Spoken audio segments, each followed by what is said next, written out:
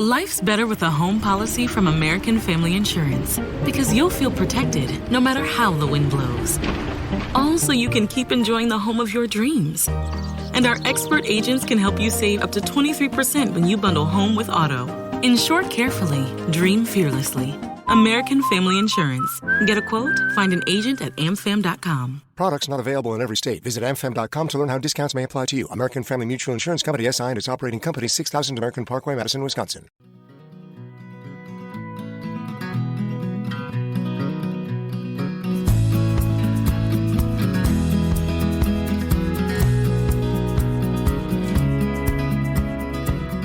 Hey folks, welcome to the Adventure Sports Podcast. I'm your host, Mason.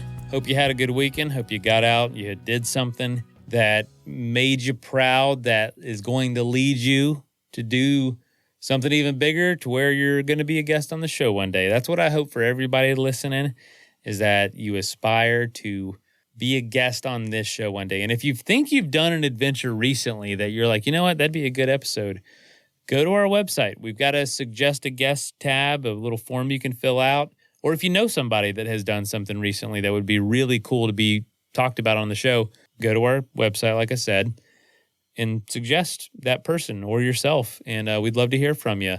I go through that every once in a while and just see who's applied. And that's where a lot of our guests come from. So please fill that out. And today we are talking to Jeremy Carberry about circumnavigating some Channel Islands National Park. If you don't know, Channel Islands are these group of islands off the coast of California near LA, and super unique. They've had animals that are only, that kind of micro-evolved there.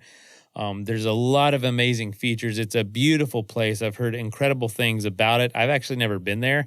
I have planned a backpacking trip for someone there one time, funny enough, at the last company I worked with, but I'd never actually been there. But Jeremy's going to tell us about this incredible adventure of circumnavigating one of the islands there, the biggest island, and what that was like, how difficult it was. There's so many challenges with like the surf and the waves and tides and just a storm and everything else. And so there's great white sharks, there's elephant seals, there's just all kinds of challenges. So we're going to talk about this really cool adventure and hear from him and what he does.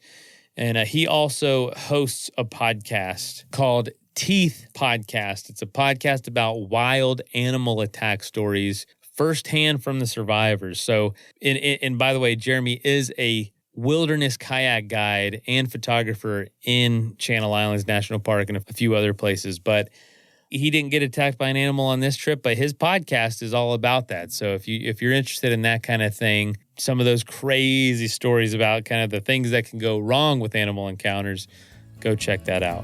But all right, let's go ahead and jump into the podcast. Jeremy Carberry, welcome to the show.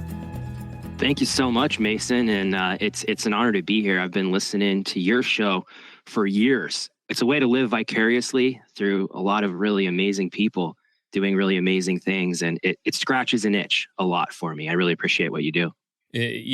Hosting a podcast about adventures usually means you don't do as many yourself because you're making the show, is what I've learned. So I'm living vicariously through a lot of these folks too. But man, so great to hear. Like I forget people actually listen to the show. You know what I mean? You put it out there in the world and you're like, oh yeah, there's people all over the world listening to this. I should probably make sure I don't say something super stupid, which has happened. But hey, man, that's adventure, right? That's adventure. You make mistakes. But I wanted to ask, I always ask this first. Where are you coming from today? And if that's not home, where is home for you? I'm currently in Pittsburgh, Pennsylvania. I have some family here, but I consider Southern California my home. Oh, sweet. And I know you're a guide out there. And I know you've been doing this huge road trip. Tell us about that real quick. I know you were in my neck of the woods for a while.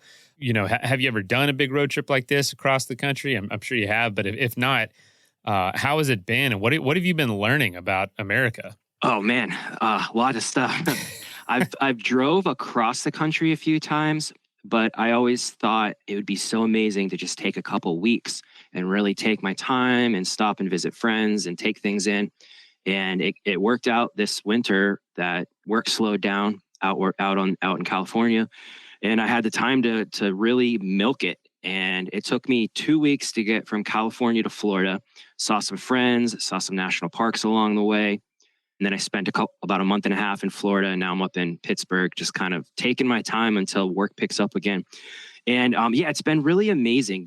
As far as the people go, I don't know. Like if you watch the mainstream news, it's all, it's one side versus the other, and we're all the same, And if you kind of go and meet the quote unquote other side, you're like, they're just like us. They want the exact same things that we do, and it's pretty cool. There's been some culture shocks, like, oh, this is very different than what I'm used to. But then once you get to know those people, for the most part, they're super rad and are chill. So that's been really cool. So there's like 3 or 4 major themes that I've learned doing like 500 interviews on this show. And that you just nailed one of them. And that is people really are the same behind the only time people really differ is when it's time to vote. And that can often get a lot of the attention.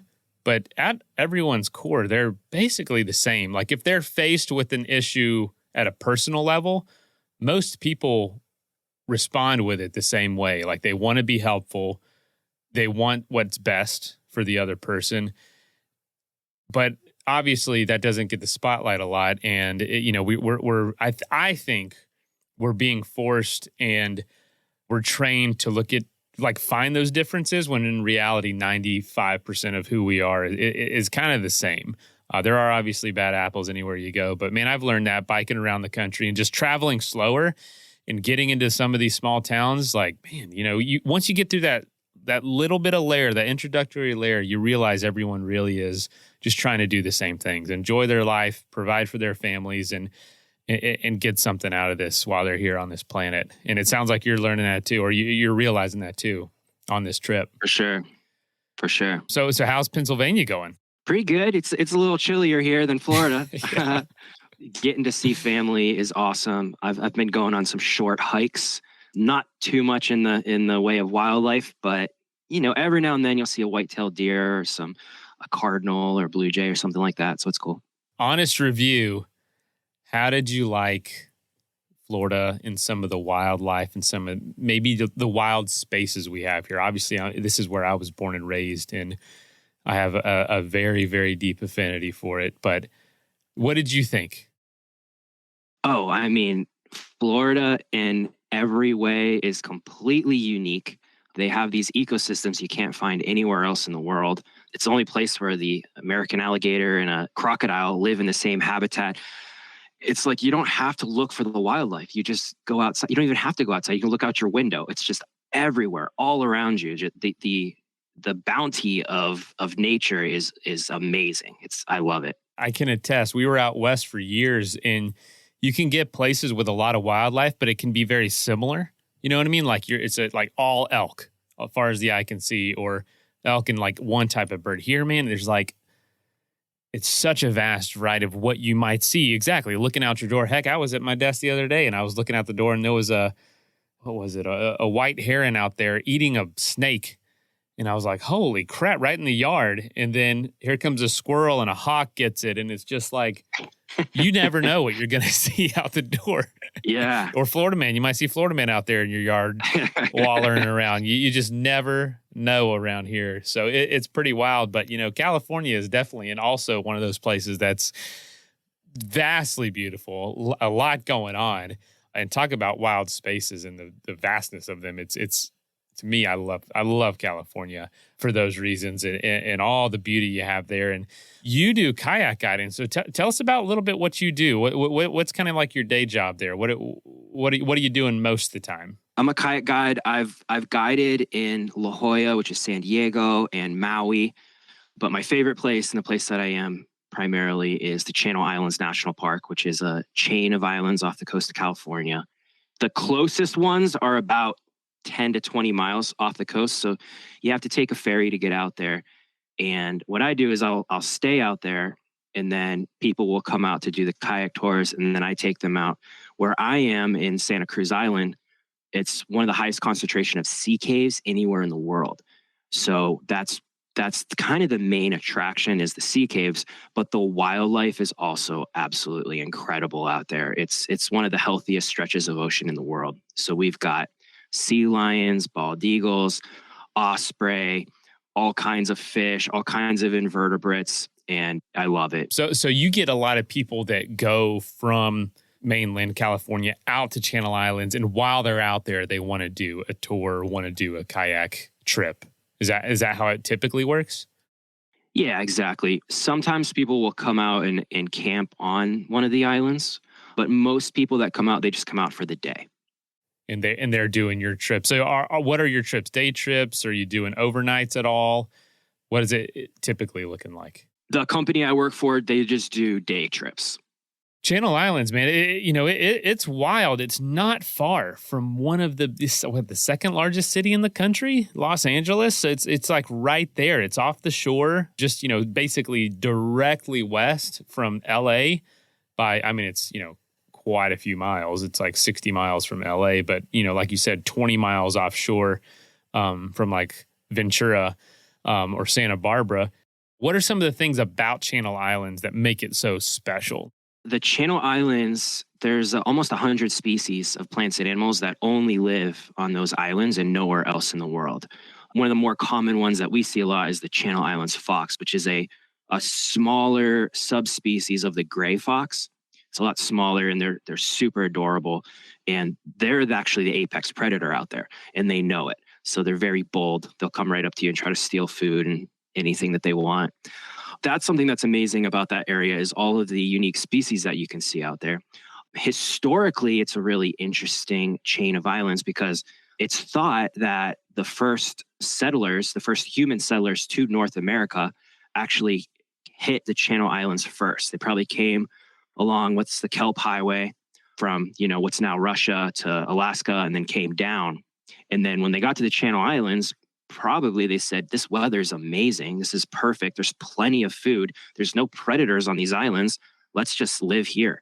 So that's probably what happened. And on Santa Rosa Island, the oldest human remains, Arlington Springs man was found. Oldest human remains in North America, dated at over 14,000 years old, was found. So there's some proof to kind of back up that theory that the Channel Islands was probably the landing point for humans. Oh my gosh, that's so cool. And I'm looking up this island fox you're talking about, the smallest, I think I'm reading this right, the smallest canine species in the world. How in the world did a bunch of fox get over on that island? That is insane to think. Like, what was it human involvement or a catalyst from human interaction, or was it just isolated somehow? That's a big question that a lot of biologists try to answer. The thing that makes the most sense is the Chumash, which were the Native Americans in that area, actually brought them over in their tamols or their canoes to help kill the mice that were probably eating their grain. That's the leading theory that makes the most sense. I've also read that there's fox remains that are older than the human remains on the island, so we don't really know for sure. That's interesting. I'm reading that now. So yeah, a lot of people don't know. Whenever I'm talking to a guest and you're mentioning something, I'm looking it up, so it's like I'm doing stuff and I'm on the national park website right now and literally seeing the same things you are talking about. There are island fox that dated back to almost 16,000 years ago, remains of island fox. That is amazing. That is absolutely amazing. And another thing to keep in mind too is the ocean levels were like 400 feet lower back then. Yeah. So the islands were a lot bigger, but also the distance between mainland California and the islands was much, much smaller, just a few miles, it looks like. And again, don't take all this as fact. I'm just reading it and talking about it literally as we speak. But that is so interesting. I've never heard of the island fox. I have a degree in biology, so I'm like that. I could talk about that forever, but we want to talk about the adventure on this show. So tell us about like what this adventure you wanted to do. Obviously, as a guide, you're doing. I hear this from other guides. So, tell me if this is not the case with you. Is like you're doing the same things over and over. You're taking the same, different people on the same routes, but you want to scratch that itch of adventure by doing these maybe doing something a little bit bigger in the area that you're familiar with to try to, see it from a new perspective and just scratch that itch for adventure for yourself. Is that kind of the reason you wanted to do this big adventure, or what was it for you? Let's take a quick message break and hear from the folks that help make this show possible. If you know me, you know that I love the Florida Wildlife Corridor. What is that exactly? That is a network of contiguous lands that are connected that go all the way from the Everglades up to the Georgia and Alabama line. It's a continuous network of lands that animals use for migration. It encompasses nearly 40% of all of Florida, which equals 18 million acres. The good news is over half of that is already protected through conservation. The bad news is the other half, just under half, is threatened by roads and development. So the time to save this land is now, and that's why Live Wildly is so important. Live Wildly is an initiative to help bring awareness to and help folks take action on helping protect the Florida Wildlife Corridor so that we can ensure that Florida doesn't get totally developed in the coming decades. And Live Wildly's goal is to raise that public awareness to support the conservation of this Florida Wildlife Corridor. Because protecting corridors like this are not just good for the environment, it's crucial for the entire state's economy, local business, and ecotourism. You can follow them by looking up at Live Wildly FL across all social media platforms. Go to livewildly.com for updates on how to enjoy and how to explore the corridor, or reach out to me if you want to go on one of my paddle trips. I put one together every 8 to 10 weeks, and all of them take place within the Florida Wildlife Corridor. And I can't thank them enough for supporting this podcast because it's something that I spend my free time promoting. So thank you so much, and be sure to check out livewildly.com. That is plenty of that for now. Let's get back into the episode. Yeah, definitely. Where we operate our kayak tours, within a day, you have about 4 or 5 miles, in maybe either direction that you can go and explore. So the cool thing is, depending on the weather, depending on the wildlife, we can change up the tour a lot, and we do, mostly for my own entertainment. But, if it's something that I think is cool, the clients are probably going to think it's cool too. So we do get a lot of variety out there on our tours that we do on Santa Cruz Island. But of course, we always want to go and check out other parts of the island or other islands.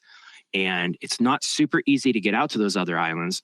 So me and some other coworkers, I've tried to get non-coworkers to go out on these missions with me, and it's a hard sell.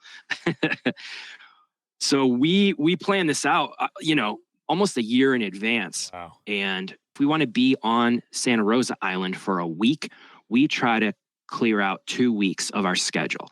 Because we have to plan it out so far in advance, it's hard to know what the weather's going to do. So we planned this out, a year in advance for the first 2 weeks of November.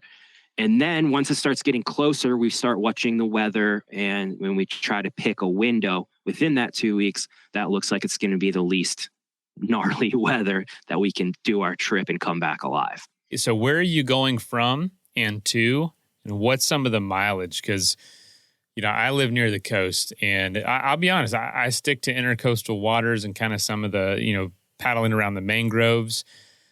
I'm a little frightened by open ocean paddling, and I just have never been able to, partner with somebody to do that. So it's kind of interesting to me. So tell us about like the route. What did you do? Where did you go? Yeah, good point with partnering with somebody. In my opinion, that's absolutely essential. I know guys that go and paddle around these islands by themselves, and I give them a lot of flack about it because it's really just stupid. There's so many things that can go wrong. You really need to have a partner. If you're going open ocean kayaking for multiple days out where you're probably not going to see anybody, you need to have a partner that's competent. Where we launched from was called Betcher's Bay. It's on the leeward side of Santa Rosa Island, and there's a pier there. And that's where the horse ranching operation was not that long ago, up until the 90s. And that's where we land. It's really easy for the ferry to get into that bay because it's on the leeward side. The waves and the wind are a lot less over there, typically. And then we were just planning on going all the way around and then coming right back to where we started from. All the way around Santa Rosa Island. Yeah. Had you known other people to do this? Was this kind of like a big challenge? Like, tell us about that aspect of it. Yeah, for sure. I know a few people that have done it. Not too many actually try to paddle around it. It's not that it's that huge of an island. I think it's maybe like 50 or 60 square miles. It's more the wind and the waves and the wildlife. And the two people that I know personally that have done it before, two or three, have all had encounters with great white sharks and or elephant seals. One guy was bit by an elephant seal. If anybody doesn't know what an elephant seal is, I think it's the third biggest pinniped in the world. The males can get thousands of pounds and can also be kind of territorial and aggressive. So I'm kind of thinking about that the whole time I'm out there. Is there anything for a kayaker to do to prepare for some of those interactions, or just avoid them at all costs? Yeah, exactly. You're going to be in their home turf. The big elephant seals, they love sandy beaches, and Santa Rosa, since it's so windy, has a lot of sandy beaches out there. There were points of the trip where you would see a sandy beach, but you couldn't actually see the sand because there were so many elephant seals literally just covering every square inch of the beach. I'm looking at Google Earth imagery right now, and if you zoom in like anywhere around this island, I've done it like 4 times now, it is littered with seals. You can see them from satellite images, and I imagine Wow. I'm literally looking at one right now. It's just covered, like you said. That is really crazy. So, I mean, did that cause you to have to paddle longer than you wanted to a lot of days, or was that an issue trying to find places that you could actually camp? Or was it like, hey, let's get on shore and maybe we can get up to a level they can't climb up to? Because it's a really hilly, mountainous island. Yeah, all the Channel Islands have a lot of elevation change. So yeah, you're looking at rocky cliffs where you can't possibly land a kayak with swell, and then the sandy beaches that you find are usually already claimed. So a lot of times, when I was tired and cold, there were not beaches to land on, and it honestly kind of stressed me out and made me want to turn back a lot of times. I'm not really ashamed to say that either. Also based on the weather that we got into when we were out there, and because you don't really know. In me and the 2 guys I went with, it was our first time paddling around the island. We had been there before, but not all the way around. So we had maps and we had recommendations of where we would be able to land, but you don't know based on the weather and where those seals are going to be. So it was definitely stressful.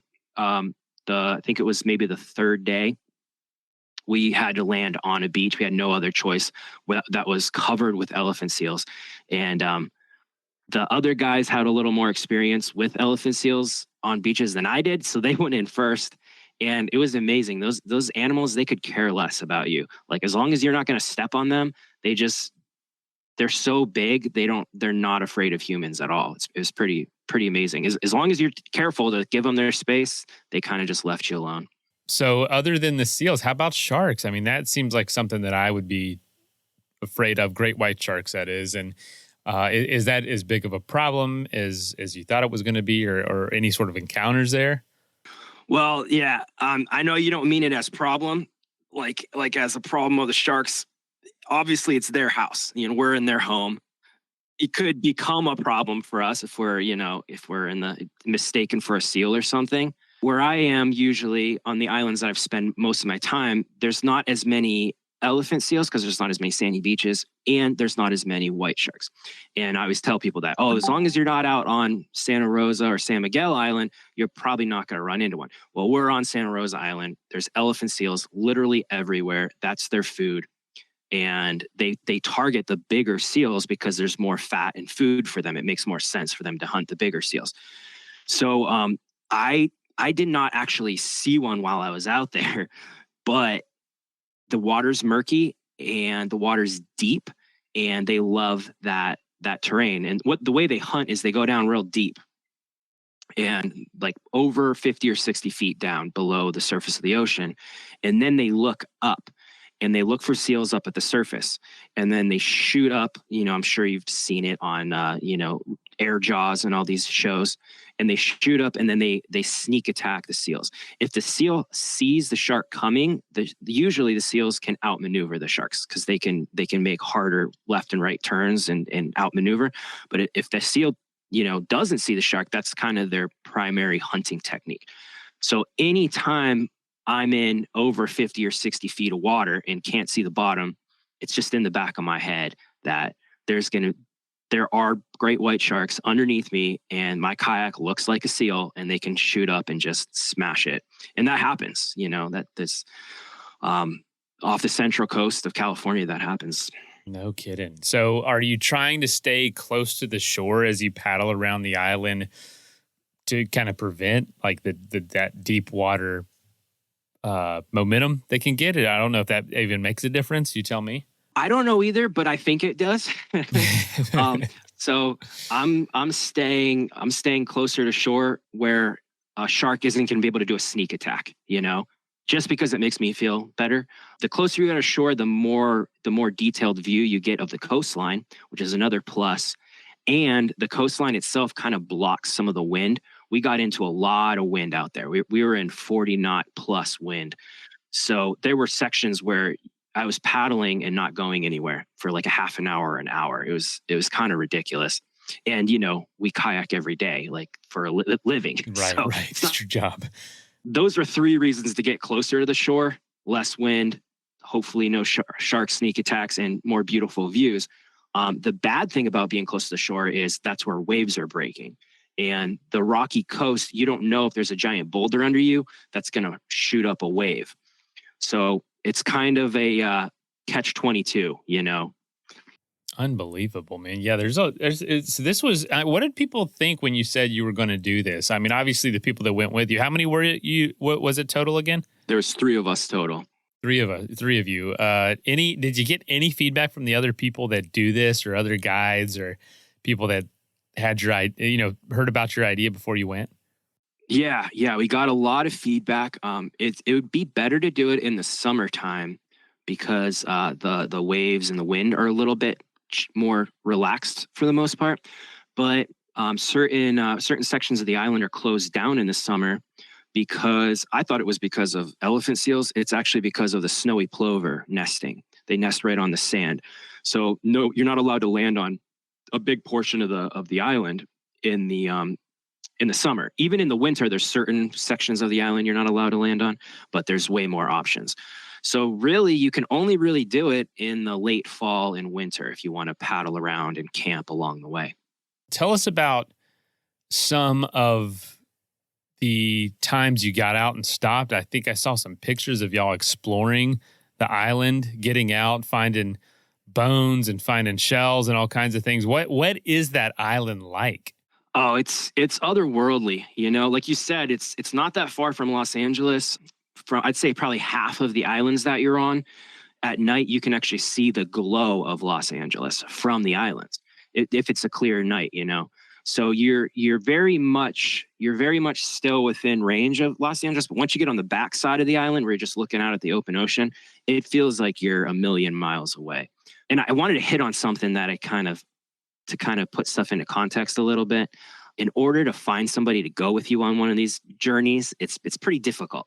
And from previous excursions, I've learned that you want to invite more than one person, because chances are somebody's going to fall off once you get closer to the event. So we actually had 4 guys planned for this one, and 1 guy fell off, and we got to go with 3. And the first week that we were supposed to be out there, the weather looked even worse, like 50 knot plus winds, really big swell, 15 to 20 foot swell. And it's pretty much impossible to launch and land kayaks when you have that kind of swell and rocks. So we pushed it back a couple days, and then we saw this weather window where we had a couple days before a storm. A storm was supposed to come in. We were trying to just get to the northern side of the island and have the storm to our backs. That was our plan. And it wasn't the best plan because it was still going to be rough conditions. I think we might have been a little overconfident since we're guides and we, spend a lot of time out on the ocean in multiple conditions on other islands that are more protected. So one of the reasons why we were out there is We had been planning this for a year. This was our weather window. If we were to try to coordinate our schedules again, it probably wouldn't happen for another year. So not the best weather conditions, but we're out there anyway, and kind of hoping for the best and expecting to get our butts kicked. And that seems like it did happen. You got your butts kicked. Oh yeah. Because you're when you're guiding, you're leaving from the same area, probably exploring the same land and in the same parts of the water. But anything surprising about the island when you got up on it and explored a little bit? There's just this energy when you're out somewhere and you don't see anybody for a couple of days, and every direction you look, there's no sign of humans ever. That is euphoric, to say the least. It's just amazing. To answer your question about the storm, it came right on schedule on our third day out there, about halfway through the trip. The wind was the worst thing about the storm. You could see wind gusts that were, 40 knots, 40 miles per hour approximately, skimming the surface of the water, and it would just pull up little beads of water really, really fast, like a car driving past you. And they looked like angry spirits. It was really crazy looking. It got to the point that in order to paddle about 10 miles in a day, that would usually take us about an hour and a half, 2 hours. It was taking us about 7 or 8 hours to do that same distance. So it was all day, and you can't really take a break, because as soon as you stop paddling, that wind's going to start pushing you back. So what we did was we clipped onto these lobster pots, which have these buoys up on top of the surface of the water, and they have a rope that goes down to the trap on the bottom. And we could actually clip our kayaks onto them.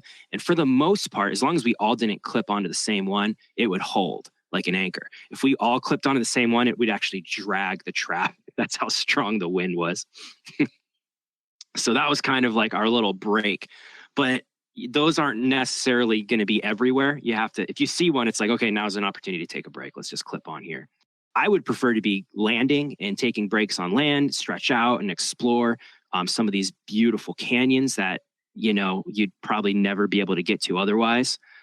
We only could land at night to sleep. That was the only time we could really afford to take the risk of getting bashed up on the rocks in the swell. How was the morale at this point when things were really tough? How were y'all doing as a team? Yeah, good question. It was interesting. It really worked out well that whenever somebody was kind of having an existential crisis, the other two guys were doing all right. We all trust each other. We're able to help each other out. Personally, I had a couple breakdowns emotionally where I was like, yeah, guys, I don't think we should be trying to go around this island right now. Let's just turn back to the leeward side, that's protected from the wind. And we can have a great, week hanging out on a protected beach. And they were not having it. They were there to conquer. They are both surfers, so they understood the waves a little better than I did. And they kind of got me through it. Each of them also had breakdowns about other things. And I was able to be like, that's not really that big of a deal. I think we're going to be okay. So one of the huge advantages of having buddies out there is they can help you out and encourage you whenever things are not going great and you're falling apart emotionally or otherwise. You mentioned in the notes when you shared the story it was 95% misery worth 5% of euphoria. Was that how it felt at the time? Was it that bad, or was that more of a, I don't know, just a thought? Yeah, it really did. The physical misery was not that bad. I'm pretty used to some pretty insane conditions out there. It was more not knowing what was going to be around the corner and if we were going to make it, and not knowing if we would have somewhere to land that night. That was most of the misery for me. The unknown. You also encountered a wave, a massive rogue wave. Tell us that story. Let's take a quick message break and hear from the folks that help make this show possible. That is plenty of that for now. Let's get back into the episode. The fifth day, we're on the north side of the island. We thought we would have the wind to our backs. We had the wind to our side, which was, better than headwind, which we seemed to have headwinds the entire trip up till the fourth day. like I said, I'm trying to stay close as possible to the island itself. So I'm about maybe an eighth of a mile to a quarter mile off the coast. And the other two guys, they're a little bit further out. I hear one of them yell, outside, outside, which is surfer talk for there's a wave behind us out towards the ocean, you know. And I look out, and this just absolutely massive wall of water is coming towards us. It looked like something out of a movie. Like you don't even, my brain was trying to comprehend what I was looking at. And all three of us start paddling towards that wave as hard as we can. It had not broken, but it looked like it was going to break. And we're paddling towards it because we want to get over before it breaks. Up until this point in the trip, there were a couple big waves that I had to paddle towards to get over so that they didn't, you know, hit me and wipe me out.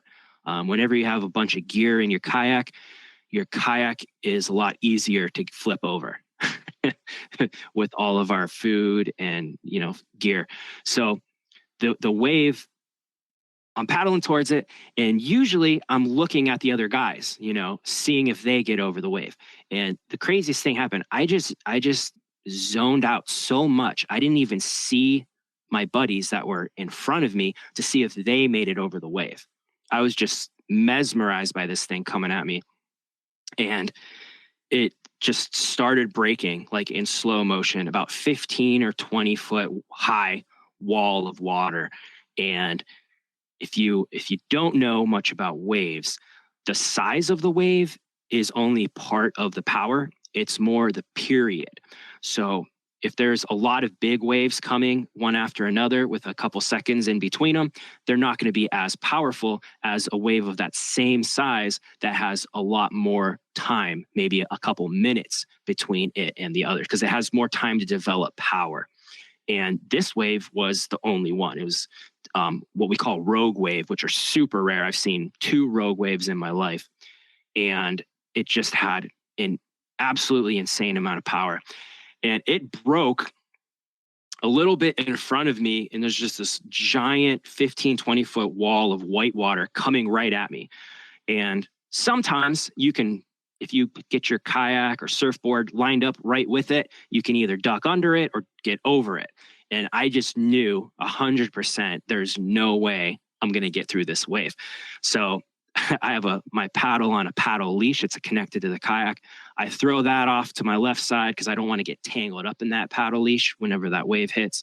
And then I just bail on the other side of my kayak, take a big, deep breath, which was really helpful because I was getting sloshed around for quite a bit of time after that wave hit me. I wasn't really afraid of the water. I was more afraid of one of the other guys' kayaks in that white water coming towards me. And with that amount of force, it could easily crack your neck, your back, and just literally good night nurse right there. And as I kind of put my hands over my head, just big breathe up, got sloshed around for a while, came up and looked around. And the other guy was also knocked out of his kayak, and he tried to paddle through the wall. He was just right up until it hit him, and it hit him so hard and it held him down for so long. Even with a life jacket, he looked like he was like almost drowned. Like I'd never seen him so disturbed looking, you know, like bloodshot eyes, gasping for air. And then somehow the third guy in our group, who was the furthest one off the shore, was able to barely make it over. So he's still in his kayak, thank God, because our kayaks are now about 300, 400 yards towards the island where the rocks and the cliffs are getting pounded by the swell. Jeez. We kind of check in with each other, like, okay, no, you know, broken bones, like definitely rattled, but we're okay. You know, it's still raining, it's cloudy, it's really windy. We did have, you know, gear on. We had like, you know, a wetsuit or paddle jackets, combination of the two. But when you get in that water in November, that open ocean water, it's an Arctic current that comes down from Alaska that we're feeling, you know, so it's very cold compared to the air temperature. The water's very cold. So we're thinking like, we need to get out of the water. We need to get back in our kayaks. So we call to the third guy. We call him Bigfoot. Can you go get our kayaks? And he just like looks at us and shakes his head. Yeah, I can get them. But was not moving, was not paddling. And we're like, we'll keep an eye out. If we see another wave coming, we'll yell and let you know so you can get away from it. And he just like shakes his head like, yeah, okay. But is not picking up his paddle to paddle over to get our kayaks for us. Because he's in like psychosomatic shock right now, you know? So it took him a minute or two to kind of get up the courage to go over there. There was a kelp bed right before the rocks that our kayaks kind of stopped on. If they didn't stop on that kelp bed, they would have got pushed up against the rocks and cracked open. And there goes all of our, living supplies. He goes over, he clips onto one of the kayaks and starts paddling out in not a giant wave, but another wave. He managed to get over it. And he managed to get both of our kayaks away from the cliffs and back to us.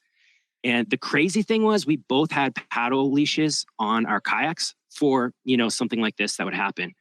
We also have backup paddles inside of our kayaks, and both of our kayaks, that wave was so powerful, it ripped the paddles off of the paddle leashes. It snapped my paddle in half. Oh my gosh. It's just insane amount of force. So yeah, we got back up onto our kayaks and got about 1.5 miles away from the shore, the side of the island, and just took a minute to kind of like recover as much as we could. We were looking at the map and we were supposed to camp maybe about a couple miles past where that happened. And we're looking up ahead of us and there's more waves, breaking a good 1/2 mile off the shore. And we said, you know what? I think we're done. I think we're done with this trip. It's time to just, we'll do 2 days paddling today and get back to the leeward side of the island. And so we didn't even camp. We didn't even camp where we were supposed to that night. We said, we're done. We're not even going to risk it. And then the whole time paddling back, we were a good 1.5 miles off that island. We didn't even want to risk another one of those rogue waves getting us. It was way too high of a risk. What did you do from there?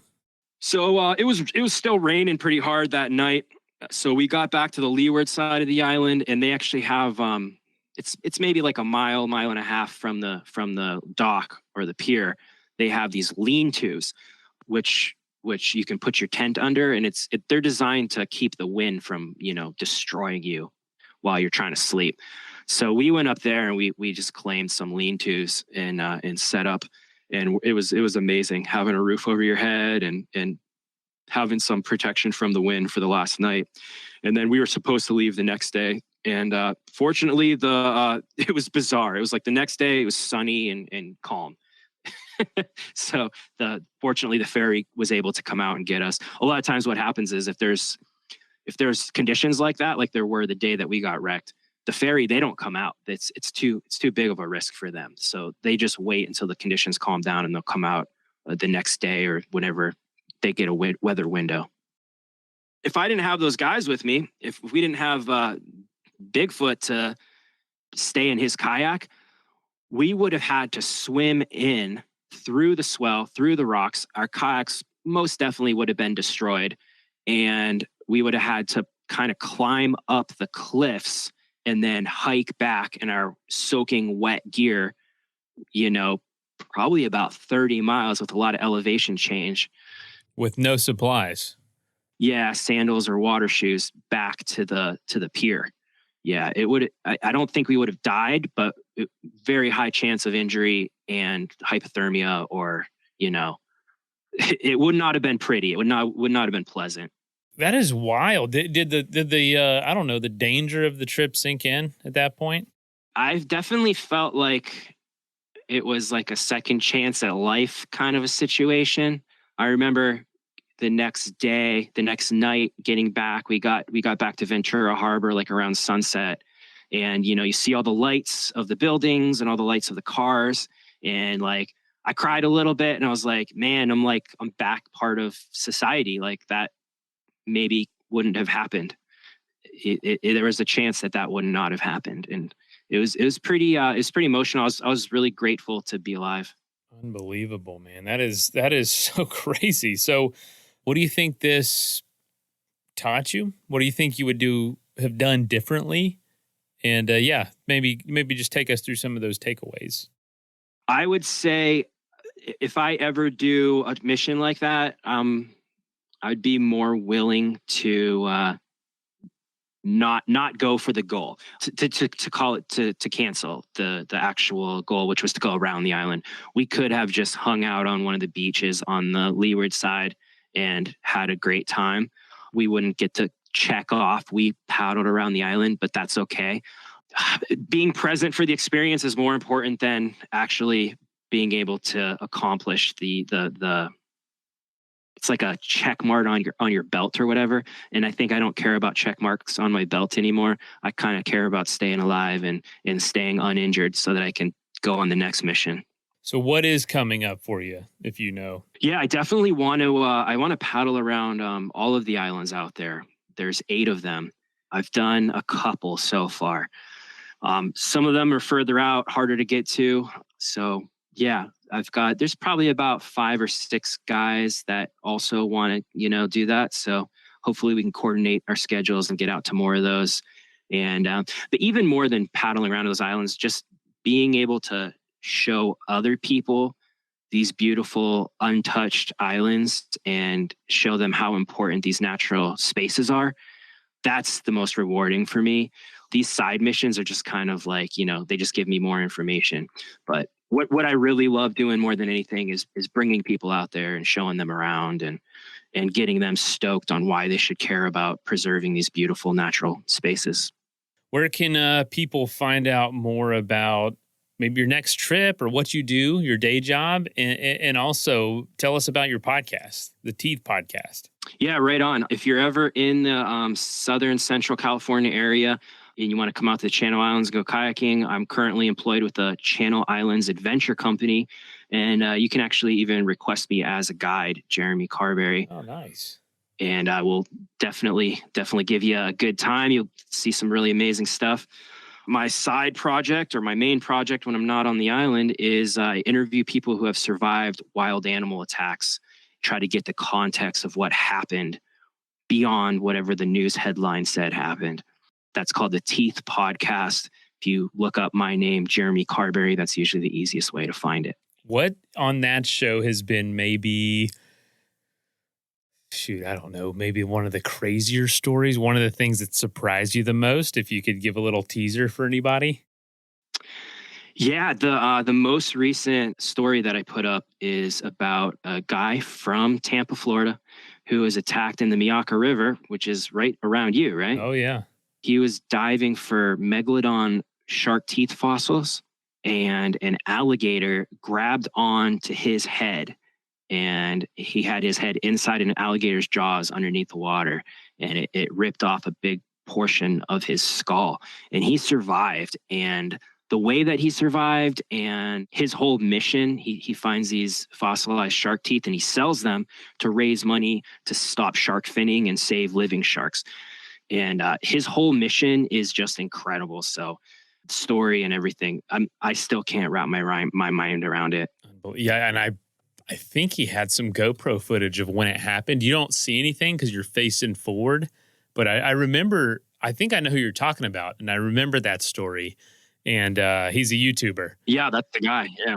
Unreal, man. So yeah, for anyone that wants an adventure, the Miaka River, have paddled that and paddleboarded it. Holy cow, man. You want to talk about gators. In a day, you could probably see 300 alligators on that river. Like, it's every single turn you make, there are massive alligators. And there's areas where they look like probably like the seals on the beach there at Santa Rosa Island. They're just everywhere. They're right next to each other, hundreds of them. Yeah, I would never dive that river. Holy cow. It's terrifying how many there are. Yeah. And usually it's like, a 10th of that or, a 20th of that many. It's just a high concentration of them right there. It's pretty cool though.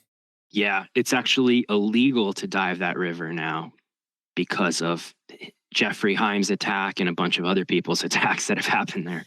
I believe it. I mean, they're so thick through there that if you're paddling, your paddle will hit a gator somewhere along that river. They're so abundant. The river narrows so much that you'll physically come in contact with an alligator. They're so abundant along there. So I can imagine that being illegal. That actually does make sense.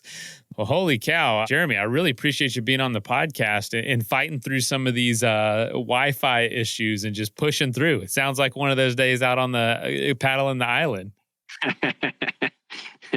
Thanks for cheering me on. Yeah, man. This is probably a lot less difficult than facing 6 hours of headwinds and waves and motion sickness. But yeah, thank you so much for coming on and telling your story on the Adventure Sports Podcast. Yeah, it's been an honor. I'm a big fan. I love what you're doing, and keep going. Dude, yeah, 900 episodes in. Well, no end in sight. So we'll see. We'll see where it goes.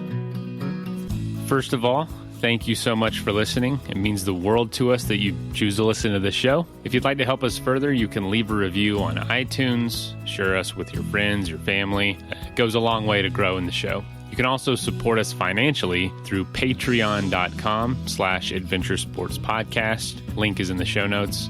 And also, if you have an idea of who could be a good guest for the show, we're always looking for people to tell their story about the outdoors or adventure. So if you know someone, please reach out. Email us at info@adventuresportspodcast.com. And until then, get out there and have some fun.